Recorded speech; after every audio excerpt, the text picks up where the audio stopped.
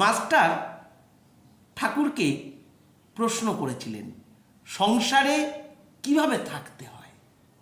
ঠাকুর উত্তর দিয়েছিলেন, সংসারে থাকো, বাবা মা স্ত্রী পুত্র সকলের সেবা যত্ন করো, কিন্তু নিজেকে মনে করবে তুমি হলে বাবুর বাড়ির সেই দাসী, যে দাসী কিনা দিন রাত বাবুর বাড়িতে পড়ে থেকে তার পিতা মাতা স্ত্রী পুত্র সকলের সেবা যত্ন করে, কিন্তু তার আসল মন পড়ে থাকে তার নিজের দেশের বাড়িতে, যেখানে তার পরিজনেরা বা অতি আপনজনেরা রয়েছে।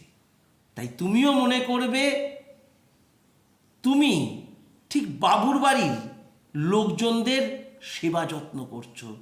তোমার আসল এবং একমাত্র আশ্রয়স্থল বা আনন্দস্থল বা মুক্তিস্থল চাই বলো না কেন, সেটা হলো ঈশ্বরের পাদপদ্ম।